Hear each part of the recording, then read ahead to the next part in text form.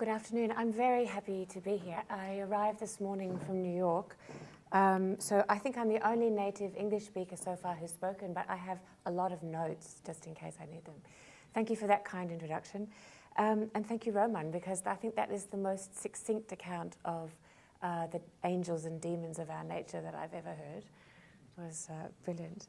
I'm going to talk a little bit today about my book, Stasiland, which came out 10 years ago in the English-speaking world and then in many countries around the world, but is now just available in Icelandic, which I'm very proud of. I think it's the 20th country or something like that, so thank you, Jakob, for that.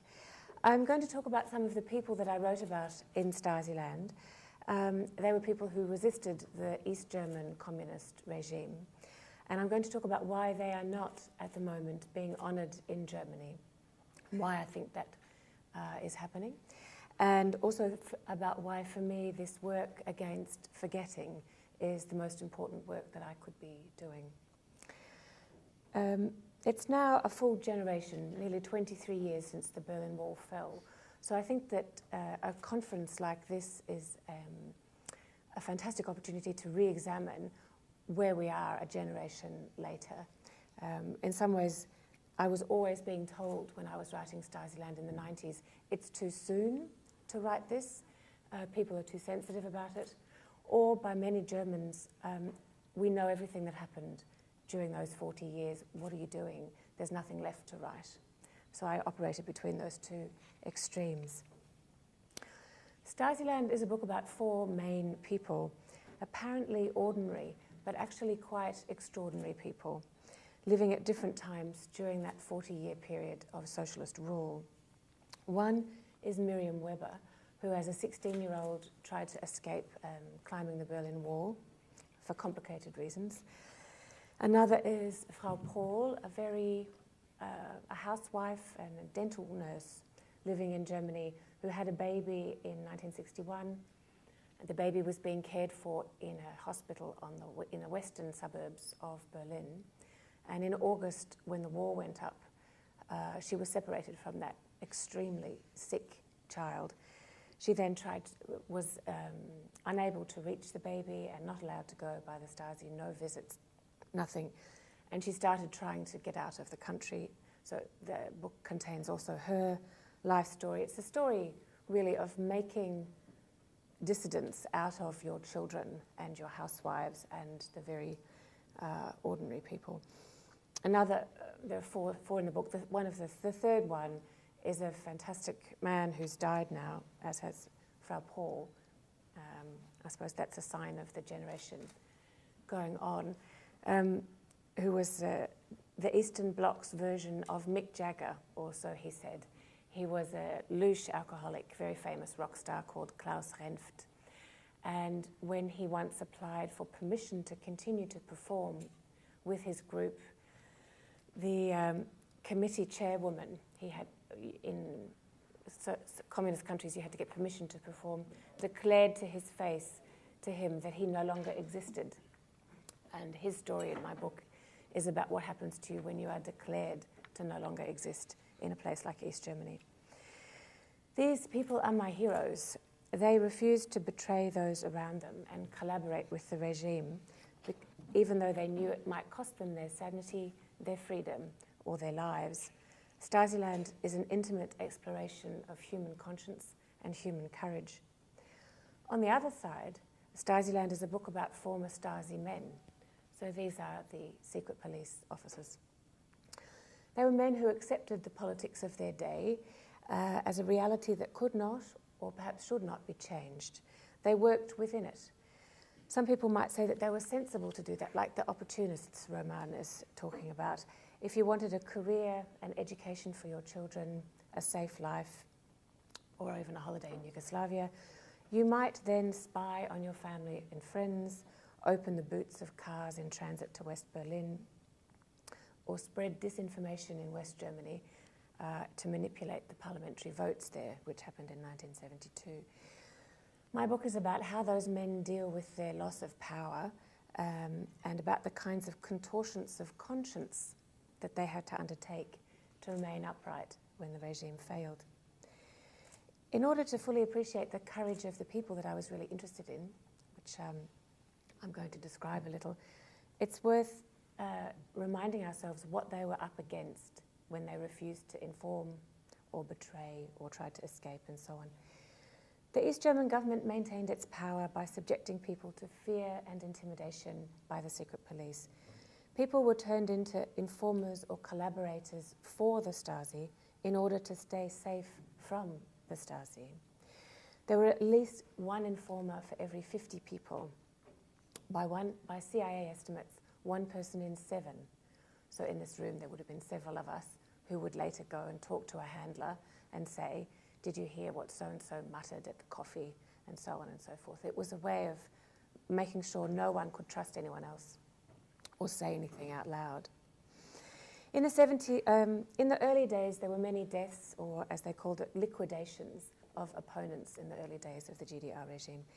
In the 70s and 80s, the regime preferred to psychologically destroy opponents by spreading rumors, ruining careers, marriages, taking children away, or to exile people.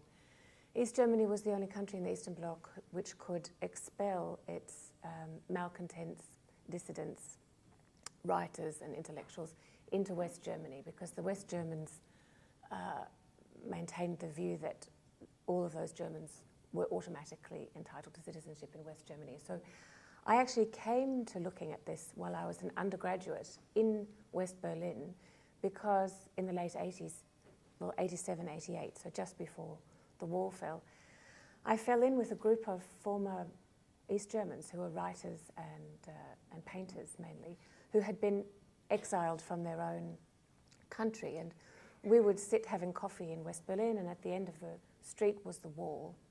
And over that wall were my friends' families, in some cases children, certainly their whole past. And this Berlin Wall cut through Europe, obviously, but it cut through their lives. And I think that was the initial impetus for me to go and find out, once the wall had fallen, what really happened there.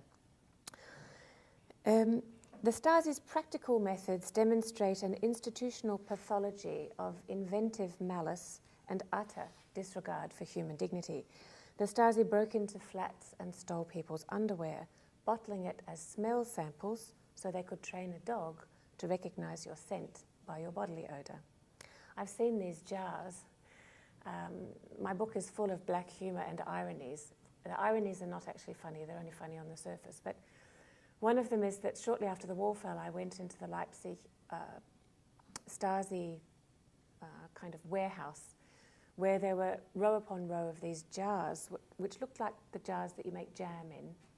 And they had labels on them, and the label would say a date, 1984, an object, workers' underpants. You have to imagine the Stasi agent climbing into your flat, going through your dirty underwear, literally your dirty underwear.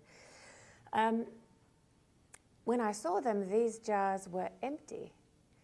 It was early 90s, and I said to the woman who was showing me around, so where are the bits of cloth? Where's the underwear? She said she was a member of the citizens' rights movements. We don't know. In the chaos at the end of 1989, somebody, whether it's the federal police in Germany or whether it's the local Leipzig police or who, thought, well, these smell samples might become useful to us in this new regime of open Germany. So somewhere there exists a complete smell sampling of the entire opposition in Saxony. We just don't know where that is. The Stasi used to irradiate people and objects with radiation, with very damaging consequences, but they invented personal Geiger counters that could be strapped to the body. So a Stasi agent in Mufti would be able to follow you kind of with something ticking on them, literally, as you went through the crowd, also to follow a manuscript if it was making its way to West Germany for publication and so on. The sine qua non of the German Democratic was the vicious war that it waged on its own citizens, whom it turned into traitors or asocials, these are my translations, but they're very literal, or most spectacularly, negative enemy elements by the stroke of a bureaucratic pen. The Stasi and its vast network of informers accumulated in the 40 years of its existence, from 49 to 89, more written records than in all of German history since the Middle Ages. These written records were largely what I call the stolen biographies of their countrymen and women. When I started writing Stasiland in 1997, the ex-Stasi men had apparently evaporated. Whether they evaporated out of fear of lynching, as I mentioned before, or of legal retribution, which actually never came, or possibly out of shame, no one could tell. Many people also think that the Nazis disappeared somehow after the fall of the Nazi regime. Of course, this is not the case, and Professor Courtois referred to this. The regime dies, but its personnel remain in situ. I was curious. I was told at that time, you will never find these men, they will never talk to you. And I thought, well, and the woman who told me that had been doing a master's on Stasi men, and she had written 147 letters and letter dropped them in these vast apartment buildings in Marzahn, a district where many party members and Stasi officers lived. She got 3 responses, and they were all carefully worded replies, anonymous, giving her the reasons why these men would not talk to her. I thought, I have no patience for that. I'm a writer, I'm not doing any scientific study here. So what I did was take out an advertisement in the local paper in Potsdam, which is where many ex-Stasi lived. And my German is reasonable, but I wasn't confident about it, and I had a German person check my German.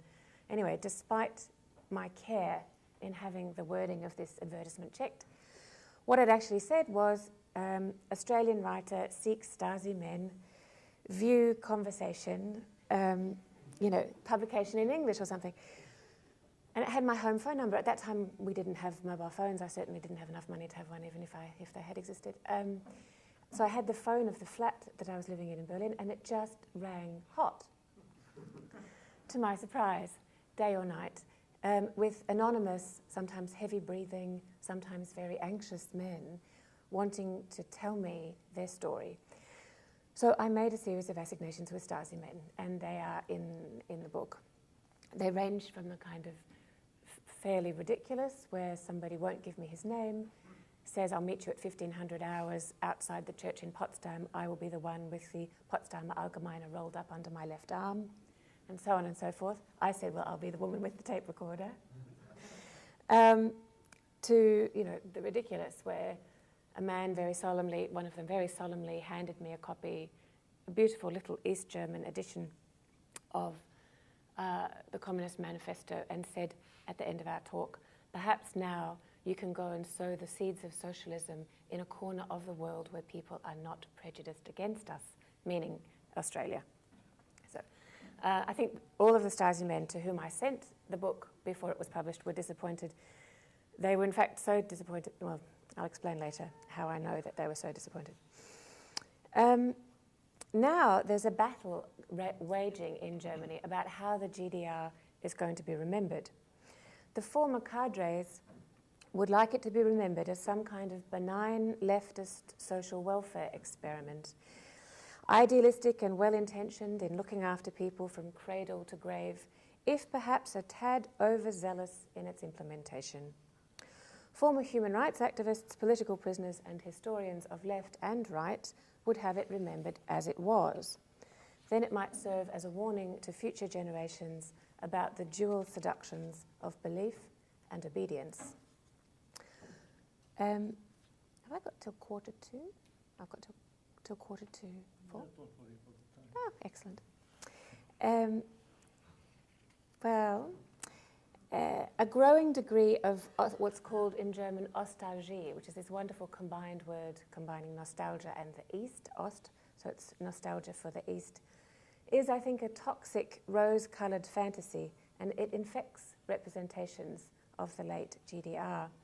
A visit to the new GDR museum in Berlin would leave you with the impression that the Stalinist dictatorship was essentially an exercise in mid-century domestic kitsch and a liberated nude bathing culture.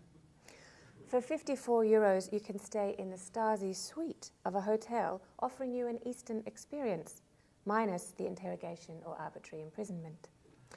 Or you might take a Trabi ride to one of the proliferating DDR stores and come away that consumers were happy back then with what was on offer.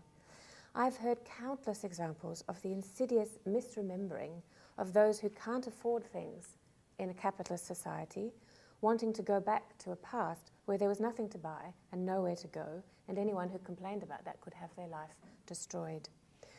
There were some things that could have been examples to us in the West. The documented better sense of self-worth and autonomy of women in the GDR, as opposed to unified Germany, is an important one. But nothing is worth the price some people paid. One of them is my friend Miriam. In the late 1960s, the Leipzig authorities destroyed a very beautiful church called the Universitätskirche in Leipzig with no public consultation. Miriam was a 16-year-old schoolgirl, and she and a friend, Ursula, decided that this was outrageous. At 16, she said, you know, you're braver than you think you are, and you think you can change the world. And they made leaflets protesting, saying, if you want to pull down our cultural heritage, you need to consult us. And they pinned these things around town. They were caught by the Stasi. These children, 16-year-olds, were put on remand for a month with no lawyer, no contact with their parents or anything. When they were released to await their trial, Miriam knew she was going to go back to prison, and she got a train for Berlin and tried to climb the Berlin Wall. She very nearly made it. This story and what happened to her later is that kind of anchor, bookend story of Stasiland. When she was caught, the judge at her trial, who had already started referring to her by number, part of the dehumanizing of dissidents was to get rid of their names and give them numbers. She was prisoner 725. Your sentence is particularly harsh, he said to her, because you could have started World War III. And that was because, his reasoning went, if the Eastern Guards had shot at her at the wall strip in Berlin, the Westerners might have shot back, and then Armageddon would have been upon us. When she was released, she was 17 and a half, and Miriam has told me, you know, I was barely human. There was an extremely brutal experience in this women's prison called Hoheneck. But she met a young man who was a sports teacher called Charlie and a poet, and they married. In the mid-70s, Helmut Schmidt, the Chancellor of West Germany, was meant to be visiting East Germany. So the East German government rounded up anybody and everybody and put them in custody, really as a preventive means of stopping any kind of public demonstration or anything that might happen to embarrass them in the face of the West at that time. They arrested Charlie, and they held him for several months, and at the end of that period, Miriam got a postcard in her letterbox which said, your visitation right has been cancelled, you need to come and collect your husband's things. And she didn't know what that meant, and she turned up in the prison, and what that meant was they were giving his belongings because he had somehow very mysteriously died in his cell. She's a woman who's now spent the rest of her life, for the rest of that time from mid-70s to 89, battling the Stasi, trying to get information out of them, which you can say that in one sentence, but you really have to, I'm not here selling books, but you have to read the book to know what that actually means. And now, since the regime has fallen, she's been trying to find out from the Stasi archive what happened to her husband in custody. So for me, it was she's a wonderful, very funny woman with an extraordinary story that encapsulated so much about how the regime worked or didn't. I asked her recently, I was back in May, how she feels now about the GDR. Good, she said. Fundamentally, I feel free. Of course, she added, die Alten sitzen da. She meant that the old cadres from the Stasi and the Socialist Unity Party are still in their positions of relative privilege. So some of you may have seen the film The Lives of Others, for instance, which portrays a Stasi man, a former Stasi man, very down on his luck, who delivers junk mail and who falls in love with a dissident couple he's observing, tries to save them, and subsequently is thanked by the man that he was watching, all of which is never ever happened and is an utter fantasy. And it's important to know why it could never have happened, which is because totalitarian regimes are total. the systems of control never allow one person to be in charge of an operation and be able to change their mind. You would have had 14 people on that operation doing that. But the other misrepresentation in that film, which is really crucial, is that the Stasi are somehow down on their luck. They're not. They got snapped up by Western business and enterprise because they had exactly the educations and the work histories that they denied the people that they persecuted. They're very useful. They adapted very well to capitalist enterprise. But Miriam is a producer at the state radio station in Leipzig. So this is the state-funded public radio. And among her managers are ex-Stasi informers. At the 20th anniversary commemorative demonstration of the demonstrations in 1989, she told me that one of the things that happened was that the bosses, who are ex-Stasi or informers, made sure that they rostered on anyone that they knew was a former dissident so that that person couldn't go and carry their candle in the important demonstration of 20 years after the Velvet Revolution.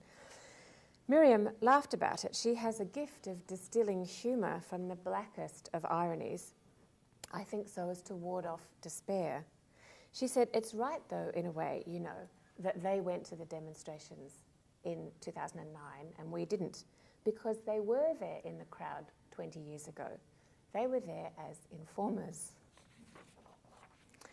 So what does it do to a society and to its ability to accurately remember a dictatorship in the recent past, to have those loyal to it still sitting in positions of state responsibility? The judge who signed the warrant for Charlie's arrest, which after the fall of the wall was found to be baseless, is still a judge making decisions on the bench in Saxony. So we have to ask ourselves, did this man switch overnight from being someone who got his orders from the political police to condemn the demonstrators for democracy to someone who can suddenly uphold the values that they were demonstrating for? At the radio, Miriam told me that also that one of the effects... let me just keep going. Yeah. Miriam's most senior boss, who's now in charge of this radio station, was actually responsible. He had experience in radio in the communist regime because he was responsible for political commentary at the radio station of the GDR, Stimme der DDR. So it's kind of mind-boggling that, you know, it's like the king is dead, long live the king, the regime is dead, long live the regime, they're still there. So the question that we ask about him is, was he able to change from being a spokesperson for a dictatorship to being a part of the fourth estate, a bulwark against dictatorship? In this part of the world, we have to remember, there has been no democracy since 1933. Miriam told me some of the effects of having ex-Stasi bosses at the radio station. After the fall of the wall, the SED, which was the Communist Party of East Germany, had millions and millions of Deutschmarks, Reichsmarks, which disappeared. It's widely suspected that those funds have gone into funding the successor party to the SED Communist Party, called the Party of Democratic Socialism, which has now changed its name to Die Linke. Miriam told me once that the order came through from these ex-Stasi informers that they no longer wanted to refer to the PDS as the successor party to the SED every time it was mentioned on radio, in order to not make apparent that connection between the two parties. Now they've changed the name altogether and they're just called Die Linke. Another friend of mine who is one of the main voices in Germany to call for accurate remembering is the historian Hubertus Knabe, who is the director of the museum which used to be the main prison in Berlin for political prisoners, called Hohenschönhausen. Dr. Knabe says that Miriam's experiences have seeing this judge still on the bench or former cadres controlling the media are quite typical. He says after the wall fell, there was barely any holding to account of those in power for their crimes. almost all the high-level functionaries retained their positions and their full pension rights and are now much better off than their former victims. Knabe says, you get more compensation if you are a warder in Bautzen, which was a notorious jail, than if you were a prisoner there for 10 years. Similarly to the Nazi period, Knabe says, the overvaluing of continuity of administrative experience. I've heard this so many times in Germany where people say after 1945 there simply weren't enough, you name it, judges, administrators, teachers, lawyers, whoever. We couldn't train them all up, so we had to use the old guard and we had to use party members and so on. And Knabe says that was a big mistake after the end of this regime. There simply weren't enough people who were retrained, so the old cadres stayed in office. What this means, he says, that if a teacher wants to bring their school class to his museum, where you see cells in which political prisoners were held, including Frau Paul, a character from my book, you see Mielke's office, the head of the secret police, you see all these things. It's important for school children in Germany now to see that. But because the teachers are likely to be teachers who were teaching in the old regime, this will obviously finish as time goes on, they don't bring their children there. They don't bring the school classes there. And a result of that is that in 2009, so a while ago now, they're my last figures, a survey found the GDR to have its highest approval rating since unification 20 years before. 57% of people agreed with the statement that the GDR was more good than bad, and a majority of school children were under the illusion that it had been a legitimate, democratically elected government. I have some small experience myself of ex-cadres. The book was launched in the ironies are so thick and fast, launched in the former headquarters of the Stasi in Leipzig, at the Leipzig Book Fair in 2004. So it was, the room we were in was this vast ballroom. It was literally the secret policeman's ballroom. And I got up, and when I got up to speak, it was a grand room. The whole front row was full of, I don't know exactly who they were either party members or Stasi people, because they were wearing the uniform, which involved being middle-aged, having a bomber jacket on, brill cream in your hair, and being very, very fierce. They were very angry at me, and as soon as I started speaking, they were taking notes and huffing and puffing really viciously. And at which point I switched from being really frightened to thinking, this is outrageous. You can't take notes on me now. What are you going to use those notes for? You can't hold that against me. But after the book came out, a group of ex-Stasi men who used to be called in the 90s Das Insider-Komitee, the Insider Committee, this group changed its name because they're kind of very adept at the PR that is required in capitalist society, changed their name from the Insider Committee to the Society for the Protection of Civil Liberties and the Dignity of Man. This rolls off the tongue. Group of ex-Stasi men, they sued my German publisher about this book, and I'm not sure if it's going to be the same page on the Icelandic edition, but on page 84, I always say this, of the English language editions, there's a couple of paragraphs where I outline what groups of ex-Stasi did in the 90s after the fall of the wall to harass former dissidents. And these involved things like delivering pornography to someone's wife who didn't order it, or a ticking package to the door, or cutting brake leads, making people have car accidents, or taking someone's child after school for a few hours to make everybody panic and things like that. All of those things were true, but the power of these groups is such that my German publisher deleted that paragraph in all future editions of the book, and not only that, it's now gone to a much bigger publisher in Germany, Fischer, and they have kept that out of the book. So whether that is a sign of some kind of silence or how these things go, I don't know. All it really means for me is that I talk about it everywhere I go and turn people to page 84. I was in Berlin in May. I was watching television and I was watching an interview with a politician from Die Linke, so the successor party to the SED. And I noticed that he was still trying to convey the myth of the benign, well-intentioned dictatorship.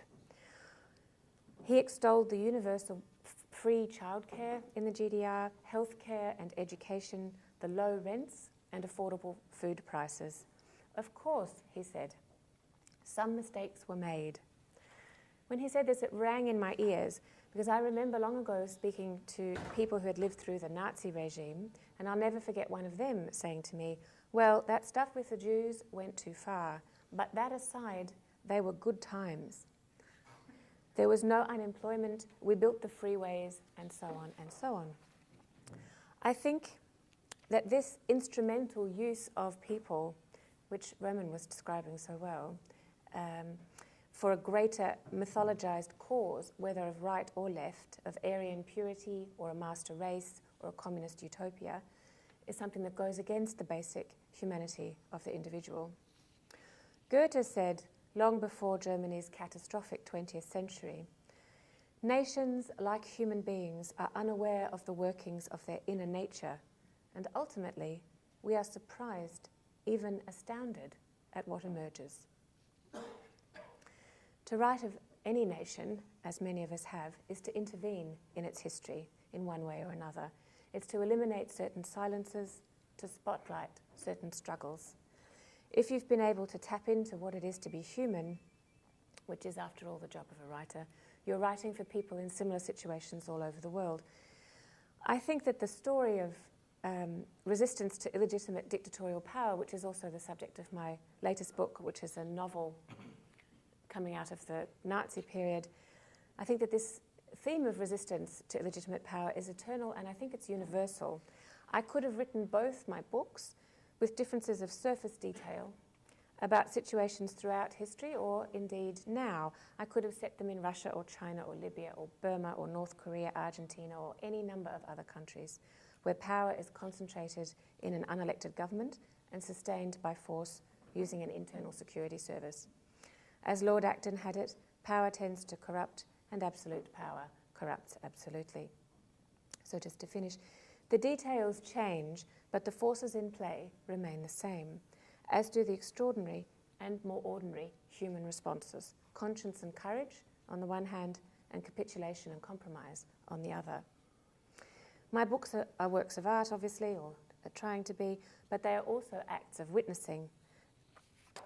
It's important to hear stories from before so that our ears will be attuned for the whistleblowers to come when power starts to concentrate again in a way that threatens us. An individual's dissent can be the price of freedom for the rest of us. I'd like to finish with the words of the great American contemporary novelist Marilyn Robinson. She says, "A successful autocracy rests on the universal failure of individual courage. A democracy relies on its exercise. I think we would be wise to learn to cherish it in one another." Thank you very much.